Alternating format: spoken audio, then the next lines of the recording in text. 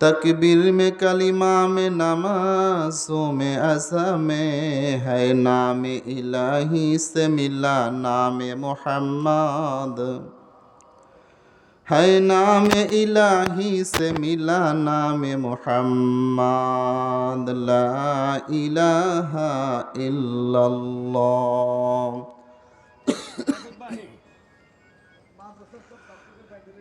لا إله إلا الله لا إله إلا الله لا إله إلا الله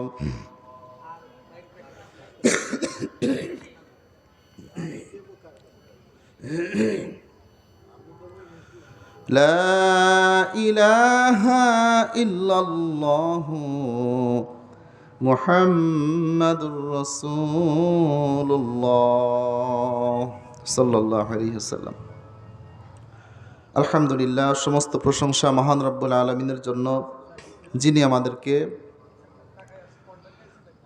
দুনিয়াবী সমস্ত রকম অশ্লীলতা পাপাচারমূলক কাজ থেকে বিরত রেখে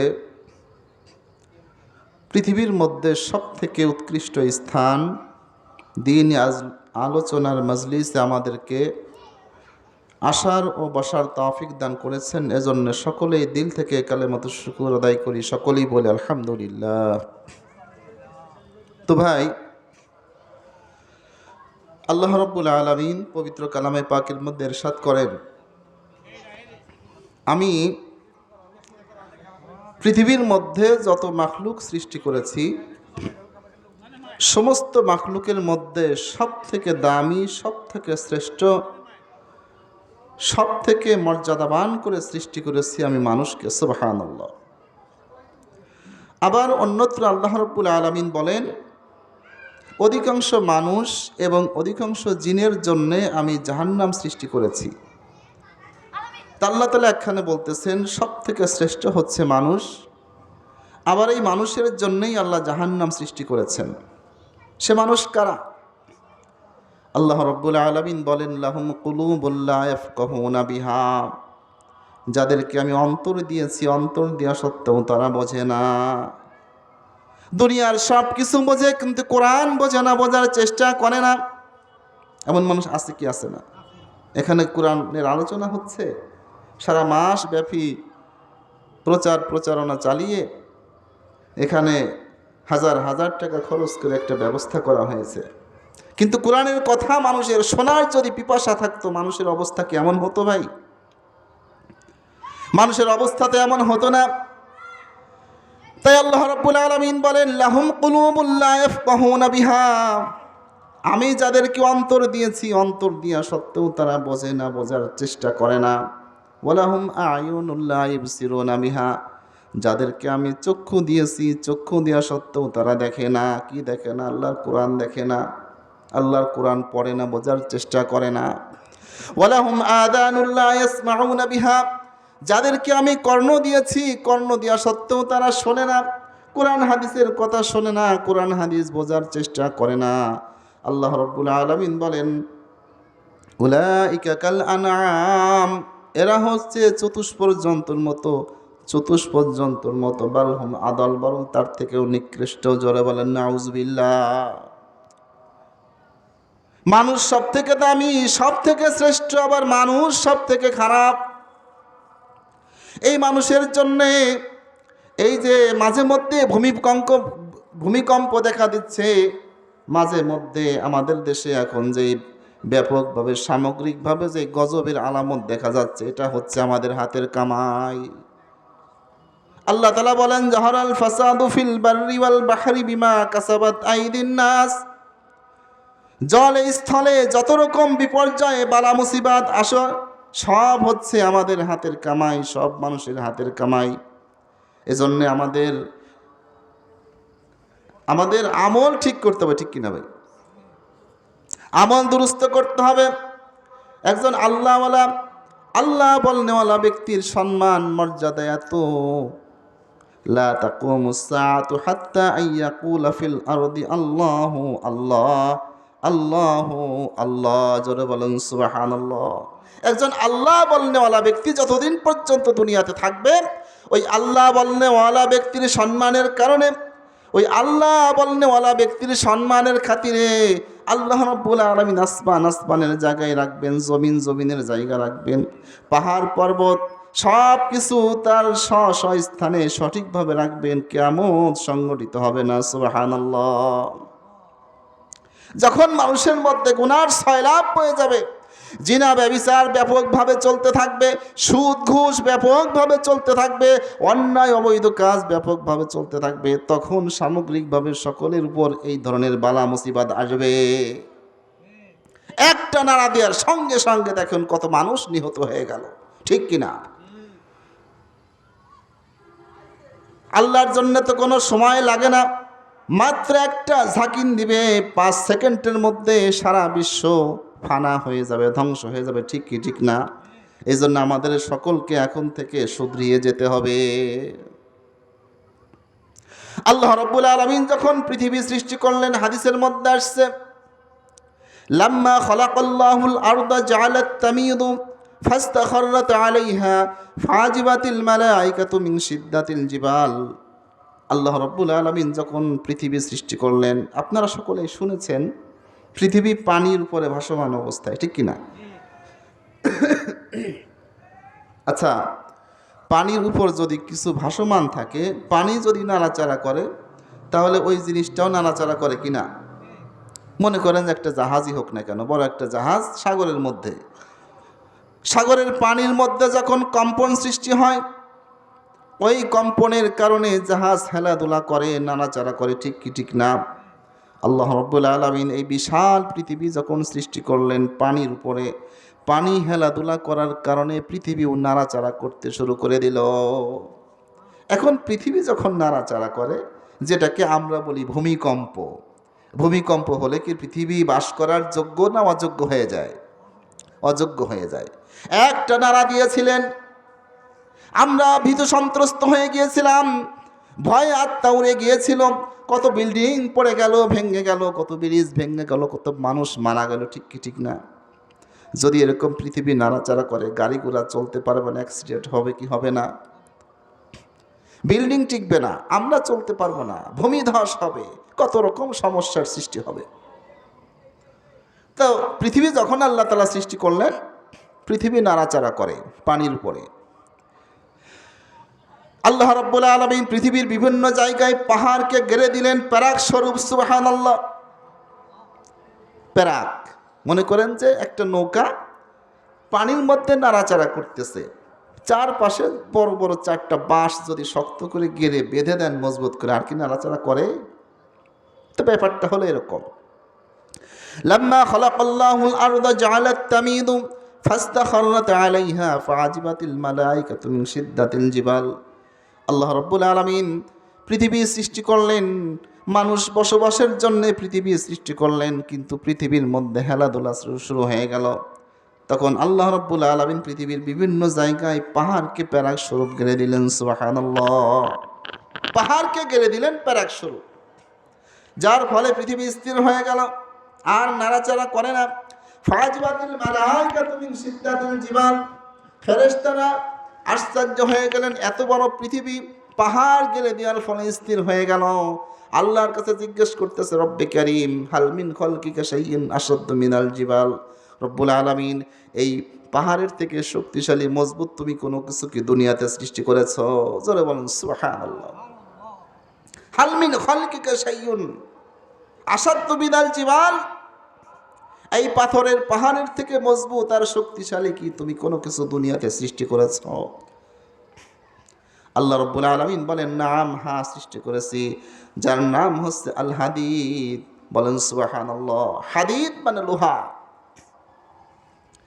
আল্লাহ তাআলা বলেন, পাহাড় যতই শক্তিশালী হোক না কেন, আমি এমন একটি পদার্থ সৃষ্টি করেছি যার নাম হচ্ছে লোহা।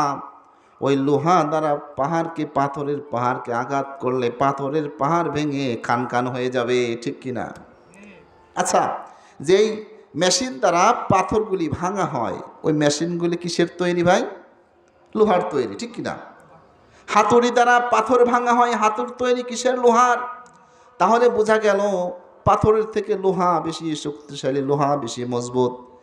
ফাজিবাতিল মালাইকাতু মিন শিদ্দাতিল হাদিদ, ফেরেশতারা আশ্চর্য হয়ে জিজ্ঞেস করতেছে রব্বুল আলামিন, হাল মিন খালকিকা শাইউন আশাদ্দু মিনাল হাদিদ, লোহার থেকে শক্তিশালী আর মজবুত তুমি কি কোনো কিছু দুনিয়াতে সৃষ্টি করেছ? আল্লাহ রাব্বুল আলামিন বলেন, হ্যাঁ নাম সৃষ্টি করেছি, যার নাম হচ্ছে আন্নার। বলেন সুবহানাল্লাহ।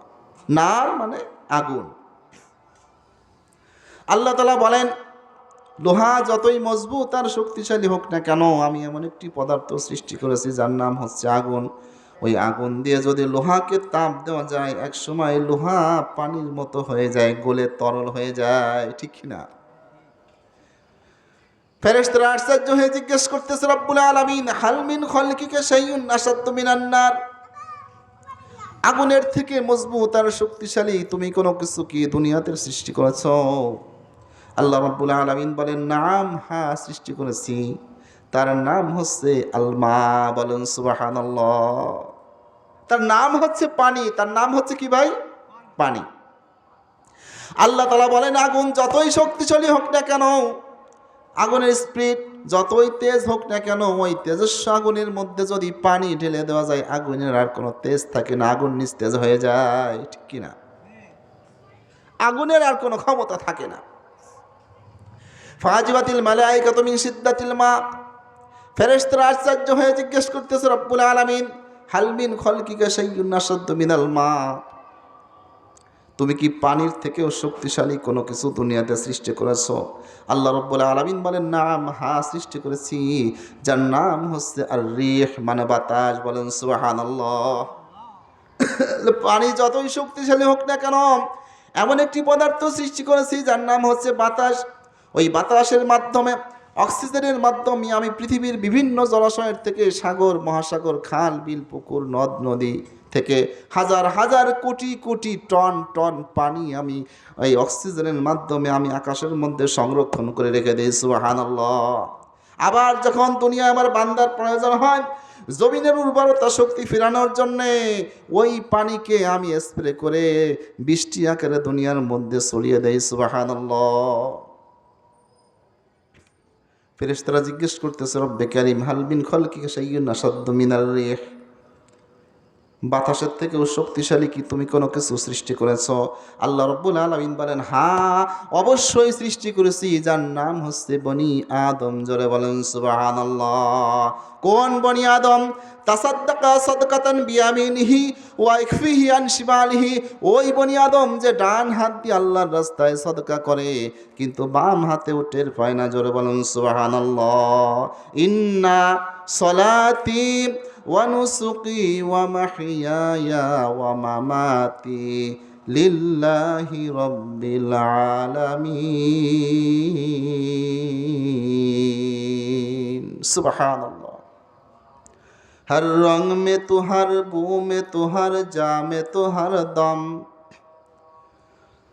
हर रंग में तो, हर बू में तो, हर जा में तो, हर दम, देखता हूँ जिधर चाहता हूँ अफ़की रहम करम, देखता हूँ जिधर चाहता हूँ अफ़की रहम करम, ला इलाहा इल्लल्लाह।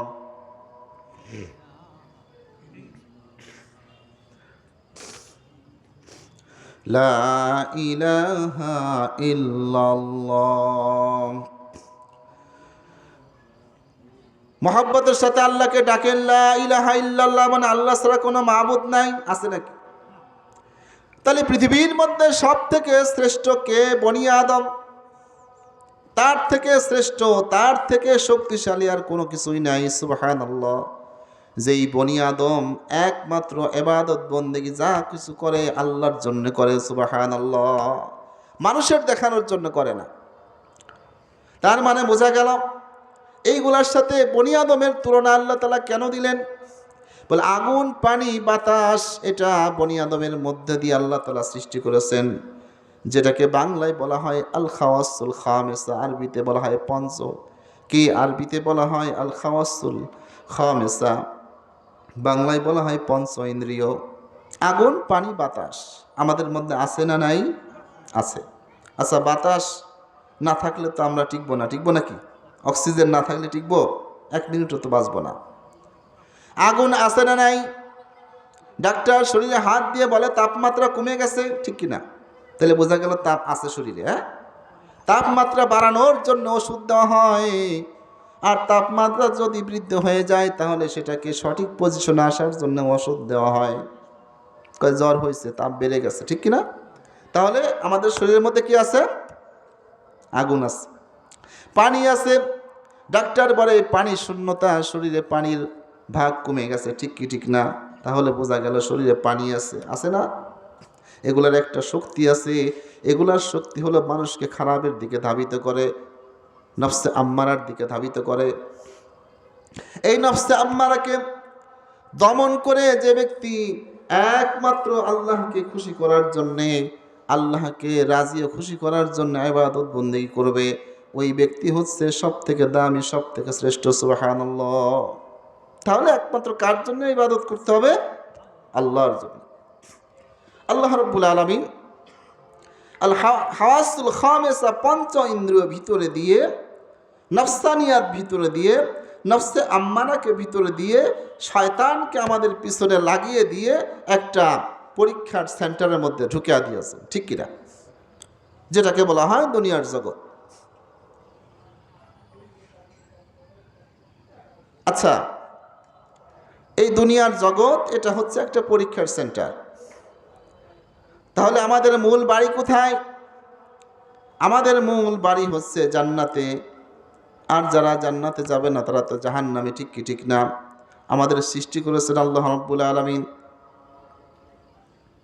তাফসীরের মধ্যে আসছে হযরত আদম আলাইহিস সালাতু ওয়াস সালামের পৃষ্ঠ মোবারকের মধ্যে আল্লাহ রাব্বুল আলামিন তিনার ডান হাত রাখলেন।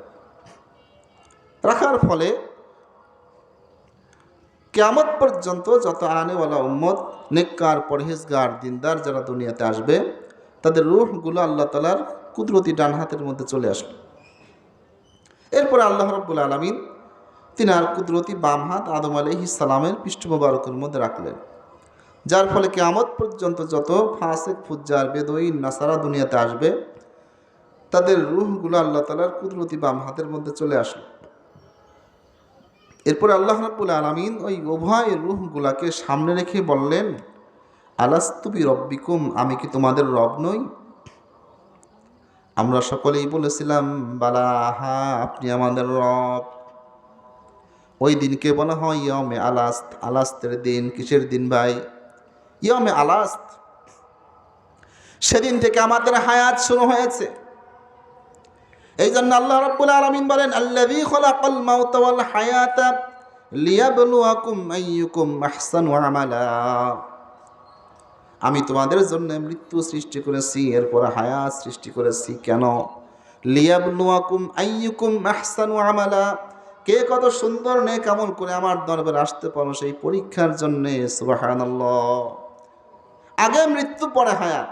আমরা তো দেখি আমরা হায়াত পাই নির্ধারিত একটা 50, 60, 70 বছর, এরপর আমাদের মৃত্যু হয়। কিন্তু আসলে এই দুনিয়ার হায়াত তো কোনো হায়াত নয়। হায়াত তো শুরু হবে মৃত্যুর পরে, ঠিক কিনা? যে হায়াতের শেষ নাই, শুরু আছে, কোনোদিন শেষ হবে না। এই হায়াতের কোনো শেষ নাই। এই জন্য তাফসীরের মধ্যে আসছে ইয়মে আলাস্তের দিন হচ্ছে আমাদের হায়াত শুরু। কথা কি বুঝছেন? আমাদের হায়াত শুরু হচ্ছে ওই আলমে আরোহাত থেকে। জগৎ হচ্ছে 5টা। জগৎ কয়টা ভাই? 5টা। এই পয়েন্টগুলো মনে রাখার পরেই আমি মূল আলোচনার দিকে যাব ইনশাআল্লাহ। ভালো করে বোঝার চেষ্টা করবেন। জগৎ হচ্ছে মোট 5টা। 1 নম্বরে জগতের নাম হচ্ছে আলমে আরোহা, রুহের জগৎ। নাম্বার 2 আলমে আরহাম, মায়ের পেটের জগৎ। নাম্বার 3 আলমে দুনিয়া, দুনিয়ার জগৎ। নাম্বার 4 আলমে বারজাখ, কবরের জগৎ। নাম্বার 5 আলমে আখিরা, ইয়াউমুল কিয়ামা, কিয়ামতের জগৎ। ঠিক কিনা? মিলছে ভাই? জগৎ হচ্ছে মোট 5টা। আমরা হয়তো অনেকেই মনে করতে পারি আমাদের হায়াত শেষ হয়ে যাবে, মরে যাব, শেষ হয়ে যাবে। না না, শেষ হবে না। আরে মৃত্যুর পর তো শুরু হবে। মানুষের হায়াতের শুরু আছে, শেষ নাই। মানুষের হায়াতের শুরু হয়েছে আলমে আরো হাট থেকে, শেষ নাই। মানুষ কোনোদিন মরে না। মানুষ হলে স্থানান্তরিত হয়, জায়গা পরিবর্তন করে, মানুষ জায়গা বদলায়। আমরা বলি অমুক এন্তেকাল করেছে। এন্তেকাল শব্দটা আরবি শব্দ। এন্তেকাল শব্দের অর্থ জায়গা পরিবর্তন করা, স্থানান্তরিত হওয়া, ঠিক কিনা? আমরা বলি মাইকে মসজিদে এলান হয়, শোক সংবাদ, শোক সংবাদ, শোক সংবাদ। আব্দুর রহমান সাহেব গারাখোলা নিবাসী গত রাত্রে ইন্তেকাল করেছেন, ঠিক কিনা? এরকমই তো হয়। হ্যাঁ, আচ্ছা, ইন্তেকাল শব্দের অর্থ কি? ইন্তেকাল শব্দের অর্থ হলো জায়গা পরিবর্তন করা, স্থানান্তরিত হওয়া। তার মানে সে এখন এতদিন দুনিয়ায় ছিল, এখন আর দুনিয়াতে নাই। সেই জায়গা পরিবর্তন করে অন্য একটা জগতে চলে গেছে। তা আমরা আলমে আরোহায় ছিলাম, রুহের জগতে। সেখান থেকে আল্লাহ রাব্বুল আলামিন আমাদেরকে পাঠালেন আলমে দুনিয়া, দুনিয়ার জগতে। দুনিয়ার জগতে কিছুদিন অবস্থান করার পরে না আলমে আরোহার থেকে আল্লাহ তাআলা পাঠালেন মায়ের পেটের জগতে, মায়ের পেটের জগৎ। সেখানে আমরা কিছুদিন অবস্থান করার পরে এরপর আল্লাহ তাআলা পাঠালেন আলমে দুনিয়া, দুনিয়ার জগৎ। দুনিয়ার জগতে কিছুদিন অবস্থান করার পরে আল্লাহ রাব্বুল আলামিন আমাদেরকে পাঠাবেন আলমে বারজাক, কবরের জগতে। কবরের জগতে কিছুদিন অবস্থান করার পরে আর একটা জগৎ আছে, কিয়ামতের জগৎ, ঠিক কি ঠিক না? এই পাঁচটা জগতের মধ্যে দুনিয়ার জগৎ এটা হচ্ছে পরীক্ষার সেন্টার। এটা হচ্ছে কি ভাই? পরীক্ষার সেন্টার। এই পরীক্ষার সেন্টারে এসে আমাকে পরীক্ষা দিয়ে ভালো ফলাফল করে কবরের জগতে যেতে হবে। এখন একজন স্টুডেন্ট, একজন ছাত্র, সে পরীক্ষা দেওয়ার পরে সে কিন্তু বুঝতে পারে আমার পরীক্ষা কেমন হয়েছে, ঠিক কিনা? কোন কোন ছাত্র পরীক্ষা দিয়ে হল থেকে বের হওয়ার সময় হাস্যোজ্জ্বল চেহারা নিয়ে, মুখের মধ্যে হাসি নিয়ে পরীক্ষার হল থেকে বের হয়। তার কারণ সে 100% শিওর সে যা লিখেছে তার লেখা সঠিক হয়েছে। 3 ঘন্টা সময় অতিবাহিত হওয়ার আগেই তার লেখা কমপ্লিট হয়ে গেছে। কয়েকবার রিভাইজ দিয়েছে, স্যারকে দেখিয়েছে, স্যার আমার তো এখন আধা ঘন্টা সময় বাকি আছে, আপনি মেহেরবানি করে একটু দেখবেন তো, দেখি আমার কি উত্তর সঠিক হয়েছে কিনা। স্যার দেখার পরে বলছে না, তোমার উত্তর সঠিক হয়েছে। সে কনফার্ম হয়ে গেছে, আলহামদুলিল্লাহ পরীক্ষা ভালো হয়েছে। সে হল থেকে বের হওয়ার সময় হাস্যোজ্জ্বল চেহারা নিয়ে পরীক্ষার হল থেকে বের হয়, ঠিক কি ঠিক না? আর একজন পরীক্ষা দিয়েছে, প্রশ্নপত্র হাতে আসার পরেই কলমের পাশা মুখের মধ্যে দিয়ে কামড়ায় আর চিন্তা করে এ কি অবস্থা, কিছুই তোমার কমন পড়ে নাই, ঠিক কিনা? কলম কামড়াইতে কামড়াইতে 3 ঘন্টা অতিবাহিত হয়ে যায়, 3 ঘন্টা চলে গেছে। ওই লোকটা বুঝতে পারে আমার পরীক্ষা কেমন হয়েছে, ঠিক কিনা? সে নিজেই বলতে পারে আমি পাশের ছাত্র না ফেলের ছাত্র। তাই আল্লাহ রাব্বুল আলামিন বলেন দুনিয়ার থেকে তোমরা হিসাব মিলাই আসো যে তোমরা আসলেই জান্নাতের যোগ্য কি যোগ্য না। আল্লাহ রসুল বলেন আল কাইয়িসু মান দানা নাফসাহু ওয়া আমিলা লিমা বাদাল মাউত। প্রকৃত বুদ্ধিমান, প্রকৃত জ্ঞানী হচ্ছে ওই ব্যক্তি যে নিজেকে নিজে চেনে, আত্মসমালোচনা করে যে আমি যেই আমল করতেছি আসলেই আমি জান্নাতে যাওয়ার যোগ্য না অযোগ্য। যদি যোগ্য না হয়ে থাকি তাহলে জান্নাতে যাওয়ার যোগ্য করে নিজেকে গড়ে তুলতে হবে। এটা হচ্ছে প্রকৃত বুদ্ধিমানের পরিচয়। তা আল্লাহ রসুল বলেন আল কাইয়িসু মান দানা নাফসাহু ওয়া আমিলা লিমা বাদাল মাউত। প্রকৃত জ্ঞানী, প্রকৃত বুদ্ধিমান হচ্ছে ওই ব্যক্তি যে নিজেকে নিজে চেনে এবং মৃত্যুর পরবর্তী জীবনের জন্য নিজেকে প্রস্তুত করে। সুবহানাল্লাহ। আত্মসমালোচনা করে, নিজেকে নিজে চেনে, নিজেকে নিজে বোঝার চেষ্টা করে। পৃথিবীর মধ্যে সব থেকে বড় আদালত হচ্ছে মানুষের বিবেক। আপনার বিবেকের কাছে আপনি জিজ্ঞেস করেন আপনি যে আমল করছেন আসলে আপনি জান্নাতে যাওয়ার যোগ্য কি যোগ্য না। বিবেক কি বলে দিবে? বিবেকে অ্যান্সার দিয়ে দেবে যে আসলেই আমি যে কাজ করতেছি আমি তো সঠিক করতেছি না, ঠিক কিনা ভাই? এজন্য আমরা সকলেই নিজেদের বিবেকের কাছে জিজ্ঞেস করলে বিবেক থেকে অ্যান্সার এসে যাবে। তো যে কথা বলতেছিলাম, দুনিয়ার জগৎ হচ্ছে পরীক্ষার জগৎ। পরীক্ষা দিলে ছাত্র বুঝতে পারে আমার পরীক্ষা কেমন হয়েছে। হাদিস শরীফের মধ্যে আসছে, লা তাজুলু কদামা ইবনে আদম ইয়াউমাল কিয়ামা হাত্তা ইসআল আন খামসিন, আন উমরিহি ফীমা আফনাহু ওয়া আন শাবাবিহি ফীমা আবলাহু ওয়া আন মালিহি মিন আইনা ইকতাসাবাহু ওয়া ফীমা আনফাকাহু ওয়া মাযা আমিলা ফীমা আলিমা। কাল কিয়ামতের ময়দানে বনি আদমকে 5টা প্রশ্ন করা হবে। কয়টা ভাই? 5টা। আপনারা বলতে পারেন, প্রশ্ন যদি আগেই জানিয়ে দেওয়া হয় তাহলে তার পরীক্ষা থাকে না, ঠিক কিনা? কিন্তু ভাই আগে জানিয়ে দেওয়ার কারণ হচ্ছে এটা, দুনিয়ার পরীক্ষায় যদি কোনো ছাত্র ফেল করে পরবর্তী বছরে রিফার্ট দিয়ে পাশ করার সুযোগ আছে, কিন্তু আখিরাতের পরীক্ষা এমন পরীক্ষা, কোনো ছাত্র যদি একবার ফেল করে দুনিয়ায় এসে আবার পরীক্ষা দিয়ে পাশ করার সুযোগ নাই। এই জন্য আল্লাহ রাব্বুল আলামিন সর্বকালের সর্বযুগের সর্বশ্রেষ্ঠ সত্যবাদী সর্বশ্রেষ্ঠ মহামানব মুহাম্মদুর রাসূলুল্লাহ সাল্লাল্লাহু আলাইহি ওয়াসাল্লামের মাধ্যমে আজ থেকে ১৫০০ বছর আগে জানিয়ে দিয়েছেন আখিরাতের প্রশ্ন কি করা হবে। সুবহানাল্লাহ। যাতে করে আমার কোনো ছাত্র যাতে করে ফেল না করে। সুবহানাল্লাহ। লা ইলাহা ইল্লাল্লাহ।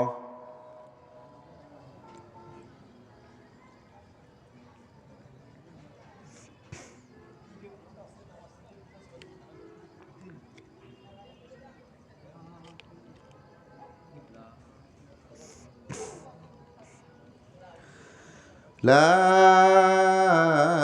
ইলাহা ইল্লাল্লাহু মুহাম্মাদুর রাসূলুল্লাহ। আল্লাহ রাসূল বলেন, লা তাজুলু কদামা ইবনে আদম ইয়াউমাল কিয়ামা হাত্তা ইসআল আন খামসিন। কিয়ামতের ময়দানে বনি আদমকে 5টা প্রশ্ন করা হবে। 5টি প্রশ্নের জবাব দেওয়ার এক পর্যন্ত এক কদম সামনে আগানোর সুযোগ দেওয়া হবে না। কয়টা প্রশ্ন ভাই? 5টা। 1 নাম্বার জিজ্ঞেস করা হবে আন উমরিহি ফীমা আফনাহু। হ্যাঁ বনি আদম, তোমার সারা জীবন তুমি কোন পথে ব্যয় করেছো হিসাব দাও। আন উমরিহি ফীমা আফনাহু, সারা জীবন কোন পথে ব্যয় করেছো হিসাব দাও। পারবো হিসাব দিতে? আল্লাহ, হিসাব দিতে পারবো না।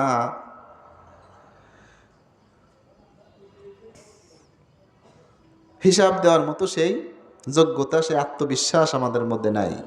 নাই দেখেই তো তওবা করতে হবে। আত্তাইবু মিনাজ যামমি কামাল্লা জামবালাহু।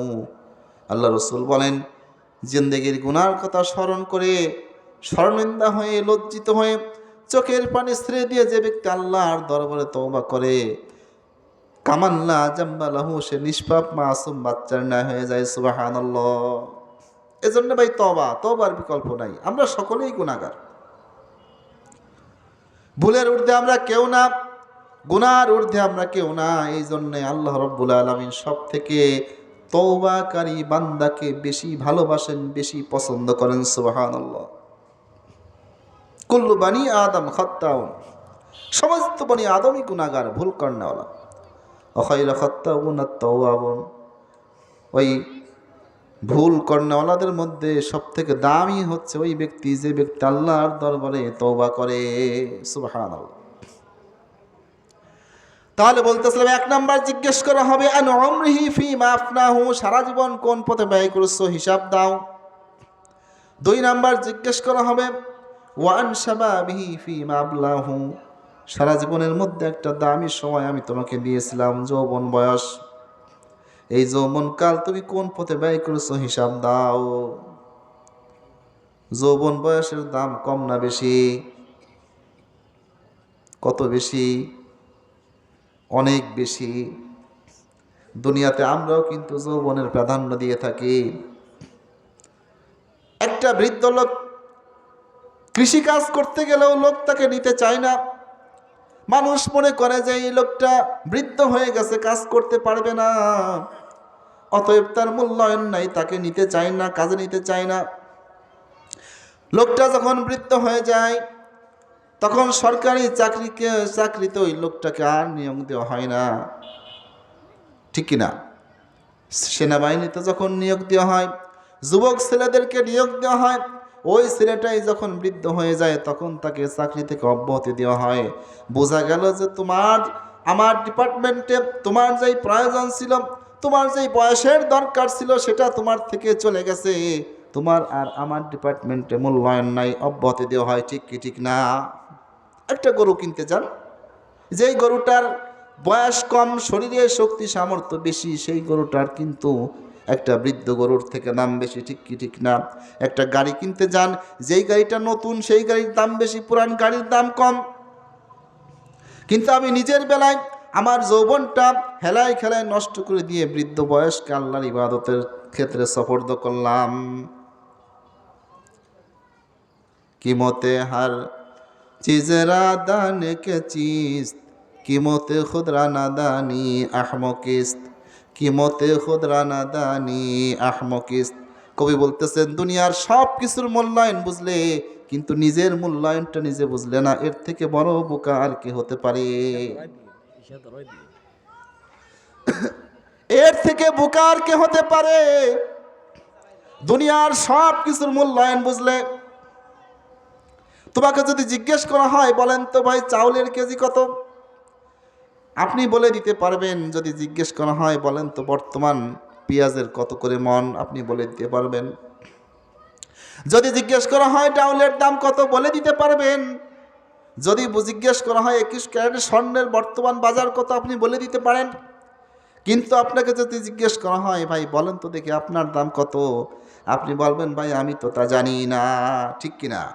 অথচ আল্লাহ রাব্বুল আলামিন বলেন তুমি হলো সব থেকে দামি। ওয়ালাকাদ কাররামনা বানি আদম, হ্যাঁ বনি আদম, একমাত্র পৃথিবীর মধ্যে সব থেকে দামি, সব থেকে মর্যাদা সম্পূর্ণ হচ্ছে তুমি, সুবহানাল্লাহ। কিন্তু সেই তোমার মর্যাদা তোমাকে ধরে রাখতে হবে। তুমি যদি মর্যাদা ধরে রাখতে পারো, একমাত্র তোমার খাতিরে আল্লাহ রাব্বুল আলামিন পৃথিবী তার সঠিক স্থানে বহাল রাখবেন, কিয়ামত হবে না। বনি আদম সব থেকে দামি, সব থেকে মর্যাদাবান, সব থেকে শ্রেষ্ঠ। সে কোন বনি আদম, সে কথা আমি ইতিপূর্বে আলোচনার মধ্যে বলেছি, আর ব্যাকে আমি যাইতে চাচ্ছি না। এজন্যে আল্লাহর কাছে দামি হতে হবে। তো আল্লাহ তাআলা আমাদের সকলকে আল্লাহ তাআলার মনোনীত বান্দা হিসেবে কবুল করুন। সকলেই বলেন আমিন। যে কথা বলতেছিলাম, 2 নাম্বার জিজ্ঞেস করা হবে ওয়ান শাবাবিহি ফীমা আবলাহু, তোমার যৌবন বয়স তুমি কোন পথে ব্যয় করছো, হিসাব দাও। কিয়ামতের দিন কিন্তু জিজ্ঞেস করা হবে ভাই, আমাকে আপনাকে প্রশ্ন করা হবে। আল্লাহ রাব্বুল আলামিন তিনার শ্রেষ্ঠ রসুলের মাধ্যমে আজ থেকে 1000 বছর আগে জানিয়ে দিয়েছেন। কেন? যাতে করে বান্দা পরীক্ষার পূর্ণ প্রস্তুতি গ্রহণ করতে পারে। সুবহানাল্লাহ। 2 নাম্বার জিজ্ঞেস করা হবে ওয়ান শাবাবিহি ফীমা আবলাহু, তোমার সারা জীবন কি তোমার যৌবন বয়স কোন পথে ব্যয় করছো, হিসাব দাও। 3 নাম্বার জিজ্ঞেস করা হবে ওয়ান মালিহি মিন আইনা ইকতাসাবাহু ওয়া ফীমা আনফাকাহু, দুনিয়াতে তুমি যে সম্পদ কামাই করছিলাম, দুনিয়াতে তুমি যে অর্থ উপার্জন করছিলাম, এই অর্থ কোন পথে উপার্জন করেছো এবং উপার্জিত অর্থ কোন পথে ব্যয় করছো, হিসাব দাও। পারবো ভাই? খুব কঠিন, খুব কঠিন। এখানে মা বোনদেরকে লক্ষ্য করে আমি একটা কথা বলতে চাই, আপনাদের জন্য জান্নাতে যাওয়া বড় সহজ। তার কারণ এই প্রশ্নটা আপনাদের কাছে করা হবে না। পুরুষ বাবাজিরা ভালো করে কান পেতে শুনে রাখেন, আমরা সকলেই এই প্রশ্নে আটকে যাব। তার কারণ আমাদের অধিকাংশ মানুষের উপার্জনের মধ্যে ভেজাল। মিন আইনা ইকতাসাবাহু, সম্পদ কোন পথে কামাই করেছো, অফিমা আনফাকাহু, এবং কামাই করা সম্পদ আবার কোন পথে ব্যয় করেছো, হিসাব দাও। মা বোনদেরকে আল্লাহ তাআলা পুরুষের অধীনস্থ করে সৃষ্টি করেছেন, তিনাদের এই প্রশ্নের জবাব দিতে হবে না। পুরুষের অধীনস্থ করে সৃষ্টি করেছেন, তিনারা সংসারী হবেন, সংসারের কাজ করবেন, ভিতরের কাজ করবেন, আর পুরুষেরা বাহিরের কাজ করবে, এটাই নিয়ম। মা বোনদের জন্য মাত্র 3টা নসিহাত। কয়টা নসিহাত? 3টা। 1 নাম্বার হচ্ছে পর্দা। 1 নাম্বার কি? নাম্বার 1 পর্দা, পর্দাপোশিতা মোতাবেক চলতে হবে। নাম্বার 2 স্বামীর খেদমত, স্বামীর খেদমত করতে হবে। স্বামীর অনুমতি ছাড়া, স্বামীর এজাজত ছাড়া কোনো কিছু করা যাবে না। স্বামীকে রাজি খুশি করে চলার চেষ্টা করতে হবে। নাম্বার 3 নাম্বার হচ্ছে আল্লাহর ইবাদত, সুবহানাল্লাহ। এই 3টা কাজ করলেই মা বোনরা কি জান্নাতি। এরপরেও মা বোনরা বেশি জাহান্নামে যাবে, কারণটা কি? হুজুর সাল্লাল্লাহু আলাইহি ওয়াসাল্লাম মেরাজে গিয়েছিলেন, আপনারা সকলেই জানেন। মেরাজ থেকে আসার পরে সাহাবা আজমাইনকে সামনে রেখে আলোচনা করতেছেন। উরিতু নারান ফাইজা আকসারু আহলিহা নিসাউন কিলা ইয়া রাসূলুল্লাহ আয়াকফুরুনা লিল্লাহ ক্বালা লা ইয়াকফুরুনাল আশীরা ওয়া ইয়াকফুরুনাল ইহসানা। হুজুর সাল্লাল্লাহু আলাইহি ওয়াসাল্লাম মেরাজ থেকে এসে সাহাবা আজমাইনদের সামনে আলোচনা করতেছেন, বলতেছেন উরিতু নারান, আমাকে যখন জাহান্নাম দেখানো হলো। আল্লাহ রসুল মেরাজে গিয়ে জান্নাত জাহান্নাম ঘুরে ঘুরে দেখেছেন, ভ্রমণ করেছেন। আল্লাহ রসুল বলেন আমাকে যখন জাহান্নাম দেখানো হলো, ফাইজা আকসারু আহলিহা নিসাউন, আমি দেখতে পেলাম অধিকাংশ জাহান্নামী হচ্ছে মহিলা। নাউজুবিল্লাহ।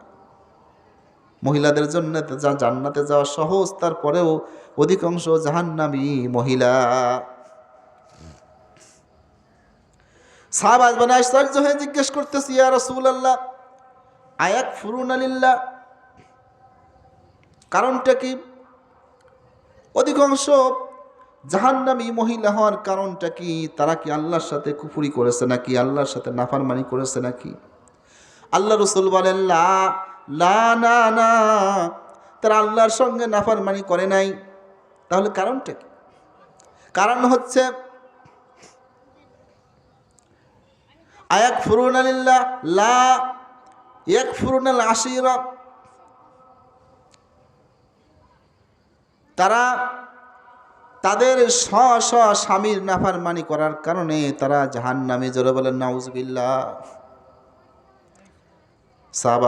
এক সাহাবা বলতেছি, ইয়া রাসূলুল্লাহ স্বামীর আবার নাফরমানি করে কিভাবে? আল্লাহ রাসূল বলেন লাউ ইহসানতা ইলা ইহদাহুন্না দাহরান সুম্মা রাআত মিনকা ক্বালাত মা রাআইতু মিনকা খায়রান কত্তু। মনে করো তুমি তোমার স্ত্রীকে সারা বছর ভালোবাসলে, সারাটি বছর তার ভরণ পোষণ দিলে, তার কাপড় চোপড় দিলে, অসুস্থ হয়ে গেলে চিকিৎসার ব্যবস্থা করলে, সমস্ত দায়িত্ব পালন করলে, কিন্তু একদিন হঠাৎ তার চাহিদা তুমি পূরণ করতে পারো নাই। হতে পারে কি পারে না? মানুষের হাতের অবস্থা কি এক থাকে সবসময়? কোনো একটা কিছুর দাবি করেছে, যে কোনো কারণে সেটা আপনি পূরণ করতে পারেন নাই, সঙ্গে সঙ্গে ভেজাল, ঝগড়া আছে না নাই?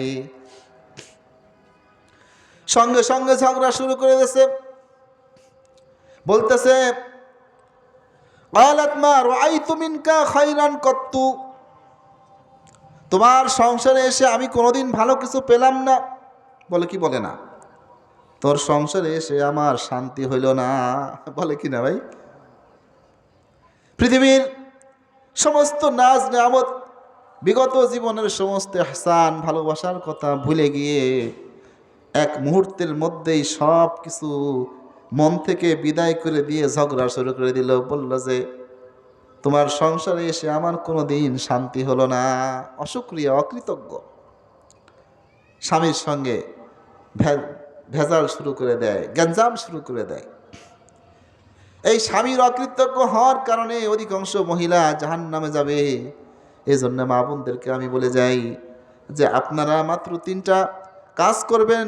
1 নাম্বার হচ্ছে স্বামীর খেদমত, নাম্বার 2 হচ্ছে পর্দা, নাম্বার 3 হচ্ছে আল্লাহর ইবাদত। তাহলে এই মহিলাদের জন্য জান্নাতে যাওয়া বড় সহজ। সুবহানাল্লাহ।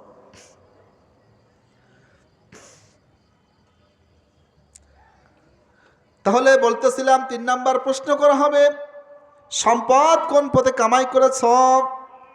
মিন আইনা ইকতাসাবাহু ওয়া ফীমা আনফাকাহু, এবং উপার্জিত সম্পদ কোন পথে ব্যয় করছো হিসাব দাও। উপার্জন করলাম হালাল পথে, ব্যয় করতে হবে হালাল পথে। উপার্জন করলাম হালাল পথে, ব্যয় করলাম হারাম পথে, আছে না নাই? সব হিসাব আল্লাহর দরবারে দিতে হবে। আপনি মনে করতে পারেন আমার সম্পদ আমি ব্যয় করব, না না, ইম্পসিবল। সম্পদ আপনার নয়, সম্পদ তো আল্লাহর। সম্পদ কার? আল্লাহ রাব্বুল আলামিন আপনাকে আমাকে ম্যানেজারের দায়িত্ব দিয়েছেন। আপনার যদি সম্পদ হতো, আপনি হিসাব মিলান, আপনি যে ভিটায় বাস করেন, আজ থেকে 500 বছর আগে ওই ভিটায় কে বাস করতো আপনি কি বলতে পারেন? পারেন? নো, পারেন না। আবার 500 বছর পরে কে বাস করবে তাও কিন্তু আপনি বলতে পারেন না। তাহলে কি হাত বদল হচ্ছে? আপনার পূর্বে ছিল আপনার বাবা, তার পূর্বে ছিল আপনার দাদা, তার পূর্বে ছিল তার বাবা, তার পূর্বে ছিল তার বাবা, এমনই তো। আপনি চলে যাবেন, আপনার পরে আপনার ছেলে, তারপরে তার ছেলে, তারপরে তার ছেলে, এই তো হাত বদল হচ্ছে, ম্যানেজারই হচ্ছে। সম্পদের মূল মালিক তো রব্বুল আলামিন, সুবহানাল্লাহ। ফ্যাক্টরিতে চাকরি করেন আপনি, ফ্যাক্টরির ক্যাশিয়ার, মালিক আপনাকে 5 লক্ষ টাকা দিয়েছে। কেন? মাস শেষ হয়েছে, শ্রমিকদের ন্যায্য বেতন, যার যার বেতন দিয়ে দাও, মালিক অর্ডার করেছে। আপনি মনে করলেন সর্বনাশ, 5 লাখ টাকার মালিক হয়ে গেলাম। তাহলে আপনার সিদ্ধান্ত ভুল না সঠিক? ভুল। আর মালিক তো আপনাকে দিয়েছেন কর্মচারীদের বেতন দেওয়ার জন্য। আল্লাহ রাব্বুল আলামিন হচ্ছেন সম্পদের মালিক, আমাকে আপনাকে ম্যানেজারি দিয়েছেন, দায়িত্ব দিয়েছেন। এরপরে আল্লাহ তাআলা বলেছেন আমার সম্পদ থেকে তুমি ন্যায্য পাওনাদার যারা গরিব দুঃখী অসহায় মাদ্রাসার তালিবুল ইলম তাদেরকে তুমি সম্পদের যাকাত দিবা। সুবহানাল্লাহ। আল্লাহ তাআলা বলেন ফাইজা কুজিয়াতিস সালাতু ফান্তাশিরু ফিল আরদি ওয়াবতাগু মিন ফাজলিল্লাহ। যখন নামাজ শেষ হয়ে যায়, ফাইজা কুজিয়াতিস সালাত ফান্তাশিরু ফিল আরদি, জমিনের মধ্যে ছড়িয়ে পড়ো, ওয়াবতাগু মিন ফাজলিল্লাহ আই ওয়াবতাগু মিন রিজকিল্লাহ, তোমরা আল্লাহর রিজিক তালাশের জন্য, আল্লাহর অনুগ্রহ তালাশের জন্য জমিনের মধ্যে ছড়িয়ে পড়ো। এই আয়াতের দ্বারা আল্লাহ তাআলা বুঝাইতেছেন, আল্লাহ তাআলা যার প্রতি দয়া করেন, যার প্রতি ভালোবাসেন, যার প্রতি মায়া করেন, ইহসান করেন, তাকে সম্পদের মালিক বানান। কিন্তু এর মানে এই না যে সম্পদের মালিক আমি আর আপনি, না না, এটা ভুল সিদ্ধান্ত। সম্পদের মূল মালিক হচ্ছে রব্বে করিম, আমাকে আপনাকে দিয়েছেন ম্যানেজারি করার জন্য। সুবহানাল্লাহ। আর একটা উদাহরণ দিলে আপনাদের সঠিকভাবে বুঝে আসবে। আচ্ছা, এখন বর্তমানে যে ধান লাগানোর সময়, ইরি ধান লাগানোর সময়, ঠিক কিনা? ইরি ধান লাগানোর আগে জমিন ভিজানোর জন্য, সেচ দেওয়ার জন্য মেশিন চালাই কি চালাই না? আচ্ছা, মেশিন চালানোর ফলে মেশিন থেকে যেই ধান বা যেই অর্থটা উপার্জন হয়, এই অর্থের মালিক কি মেশিন হয় না মেশিনের যে মালিক সে হয়? মেশিনের যে মালিক সে ওই অর্থের মালিক হয়। কিন্তু মেশিনের মালিক তো সব অর্থই খেয়ে ফেলে না, কিছু অর্থ মেশিনের জন্য বরাদ্দ করে। তার কারণ মেশিনের তেল লাগে, মোবিল লাগে, নষ্ট হয়ে গেলে সারতে হয়, ঠিক কিনা? আল্লাহ রাব্বুল আলামিন বলেন সম্পদ তুমি কামাই করতে পারো, তুমি তো একটা মেশিন, কিন্তু তুমি মালিক না, মালিক হচ্ছে আমি, ঠিক কিনা? কিন্তু হ্যাঁ, তোমার খাওয়া লাগে, পড়া লাগে, চলা লাগে, এই জন্যে তোমার কিছু অর্থ খরচ করার অনুমতি আমি দিয়েছি। এর মানে এই না সমস্ত অর্থ তোমার, না না না, তোমার অর্থর 40 ভাগের 1 ভাগ বছরে আসিয়া মাদ্রাসায় তোমাকে দিয়ে আসতে হবে। বলেন সুবহানাল্লাহ। তার কারণ ওখানে আমার এতিম, অসহায়, গরিব, দরিদ্র ছেলেরা কোরআনের তেলাওয়াত করে, কোরআন হাদিস শেখে, ঠিক কি ঠিক না? এই মাদ্রাসার তালিবুল ইলমের পিছনে খরচ করতে হবে। অসহায় দরিদ্র যারা আছেন আত্মীয় স্বজনের মধ্যে, তাদের পিছনে খরচ করতে হবে। আল্লাহ রাব্বুল আলামিন এটা নির্দেশ করেছেন। সুবহানাল্লাহ। তা আল্লাহ রাব্বুল আলামিন বলেন জিজ্ঞেস করা হবে সম্পদ কোন পথে কামাই করেছ এবং উপার্জিত সম্পদ কোন পথে ব্যয় করেছ, হিসাব দাও। আল্লাহু আকবার। অনেক লম্বা আলোচনা এখানে আছে, অত আলোচনা করার তো সময় এখন নাই। আমাদের সমস্যাটা হচ্ছে এমন, আমাদের যার যতটুকুন ক্ষমতা আসে ততটুকুন দুর্নীতি করে, ঠিক কিনা? আমার কোনো ক্ষমতায় নাই, জমিনে কাজ করি, একটা জমি আছে, 10 শতাংশ জমি ওই জমিনের আল কেটে কেটে 12% বানায় এমন মানুষ আছে না নাই? হ্যাঁ, আছে। আপনাদের এখানে আছে। আল্লাহ রাসূল বলেন, মানিকতাতা শিবরাম মিনাল আরদি যুলমান তাওয়াকাহুল্লাহু ইয়াহু ইয়াউমাল কিয়ামাতি মিন সাবঈ আরযিনা। যে ব্যক্তি অন্যায়ভাবে জমিনের সীমানাকে আত্মসাৎ করে, জমিনের সীমানাকে চুরি করে, কিয়ামতের ময়দানে ওই জমিন তার গলার মধ্যে পড়ায় দেওয়া হবে। নাউযুবিল্লাহ। তাওয়াকাহুল্লাহু ইয়াহু ইয়াউমাল কিয়ামাতি মিন সাবঈ আরযিনা। ওই জমিনের ওজনে সে দাপতে থাকবে, দাপতে দাপতে 7 তাবু জমিনের নিচে চলে যাবে। এটা হলো তার জন্য একটা শাস্তি। জোরে বলেন নাউযুবিল্লাহ। এজন্য হুব্বুদ দুনিয়া রাসু কুল্লি খাতিয়া। দুনিয়ার ভালোবাসা, দুনিয়ার প্রেম, দুনিয়ার মহাব্বত, দুনিয়ার লোভ সমস্ত গুনাহের মূল। লোভ করা যাবে না। আপনার রিজিকে যেটা আছে সেটা চলে আসবে আলহামদুলিল্লাহ। এই জন্য এই ধরনের কাজ করা যাবে না। অন্যায় অবৈধভাবে মানুষের সম্পদ আত্মসাৎ করা যাবে না। অন্য হাদিসের মধ্যে আসছে, লানাল্লাহু লাহু মান সারাকা মানারাল আরদি। ওই ব্যক্তির উপর আল্লাহর লানত যে অন্যায়ভাবে জমিনের সীমানা চুরি করে, অর্থাৎ জমিনকে আত্মসাৎ করে, এমন মানুষ আছে না নাই? আমার সময় হয় না, চাকরি, ব্যবসা, বাণিজ্য, এই ব্যস্ততার কারণে জমিনে যাইতে পারি না। এই সুযোগে পাশের জমিওয়ালা জমিন কেটে কেটে বাড়ায়, আছে না নাই? এরকম আছে না? আসলে আরেকজন চিন্তা করতেছে, আমি তো হালাল রুজি কামাই করি, পৃথিবীর মধ্যে সব থেকে দামি নিয়ামত হচ্ছে দুধ আর মধু, জান্নাতি খাবার, ঠিক কিনা? এমন মানুষ কিন্তু আমাদের সমাজে আছে, ওই দামি খাবারটা বাজারে বিক্রি করে ওই টাকা দিয়ে বিড়ি কিনে টানতে টানতে বাড়ি যায়, আছে না নাই? হ্যাঁ, তাহলে উপার্জন করলো হালাল পথে, ব্যয় করলো হারাম পথে। জিজ্ঞেস করা হবে, মিন আইনা ইকতাসাবাহু ফি মান ফাকাহু। সম্পদ কোন পথে কামাই করেছো এবং কামাই করা সম্পদ কোন পথে ব্যয় করেছো, হিসাব দাও। 5 নাম্বার জিজ্ঞেস করা হবে, মাজা আমিলা ফিমা আলিমা। তুমি কতটুকু ইলম শিক্ষা করেছিল দুনিয়াতে কতটুকু ইলম শিখেছো, ইলম অনুযায়ী কতটুকু আমল করেছো, হিসাব দাও।